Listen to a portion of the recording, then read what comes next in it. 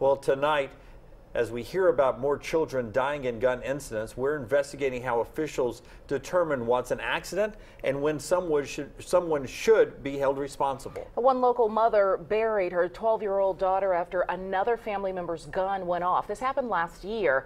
For the first time, she is sharing her story and a warning to other parents. CBS 42 News reporter Michael Clark is live in the studio now with her message and how child gun deaths are being investigated. Michael, what did you learn? Well, Sherry, these cases often tear families apart, and after having to say goodbye to a child, the investigation into how it happened can be excruciating for loved ones involved and prosecutors and investigators who are tasked with keeping the public safe. I just still can't believe she's not here. Kayla Mendenhall should be getting ready to finish the 7th grade where she was loved at Leeds Middle School. I just wish I could have saved her. Instead, her mother, Markeisha, is trying to figure out life without her daughter. I was fixing everybody's food and I just heard a pop. Last year, the 12-year-old was horseplaying with a family member who had a gun. Municipal Court Magistrate Laura Roberts still remembers the heartbreaking ending. He was going to take his gun out of his waistband because he was playing around with children in the room with a loaded gun in his waistband.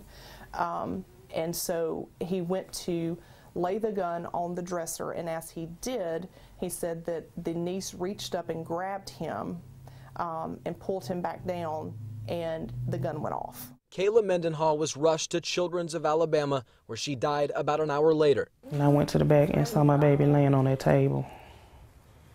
I just screamed to the top of my lungs. We have the tragedy of losing a very bright, special child. In the past year, equally upsetting stories. A 4-year-old boy in Bibb County, 7-year-old Levi Thomas in Jefferson County, and 5-year-old Michael Swain Jr. in Talladega all died handling guns. Investigators believe all the instances were accidental. Those are the hardest and the saddest cases to work. Pamela Casey is the Blount County District Attorney. While she didn't work on the recent cases, she's no stranger to these types of tragedies. Every time we look at a child death, we are going to have to look at so many things. After a child is shot handling a gun, one of the first questions people ask, who is responsible? The answer is always complex for prosecutors, especially within a family. I have to have that balancing act between what the family wants to see and what I need to do to keep the public safe. In Kayla's case, the gun owner was a close family member. He blamed himself, and he just laid in the bed and cried for like days. He couldn't even talk about it. And while police don't think there was any intent in Kayla's death, the laws are in place to protect everyone. Especially when guns are involved. You can't take those chances. You can't be horseplaying. Kayla's family member pleaded guilty to criminally negligent homicide and can no longer carry a gun. The misdemeanor came with a suspended jail sentence, probation, fine, and violence classes. He truly has been a model defendant. He's done everything we've asked him to do. He took it just as hard as the victim's mother did. Prosecutors like Casey say every case is different. They rely on police reports, forensics, and often a grand jury for direction. If it's an accidental, we really want to look and see, was it an accident or was it criminal negligence that caused this death? Or was it recklessness that caused this death? Investigators may look to see if a guardian tried to secure the gun. Casey used the example of a father storing a firearm in a place he thought was out of a child's reach. When Dad goes to get in the shower, they go get a chair and move it in there and climb up there and get it. Now, that's not a case you charge. You know, Dad's done something to prevent that child from having contact with that firearm, and a child was being a child. No matter the circumstances, the pain is the same for families left picking up the pieces. She was free-spirited. She was kind.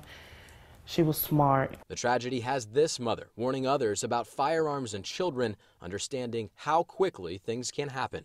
Just get rid of the weapon first. Put it up where they can't even reach it. She knows she'll see Kayla again one day, but the passing time in between doesn't get any easier.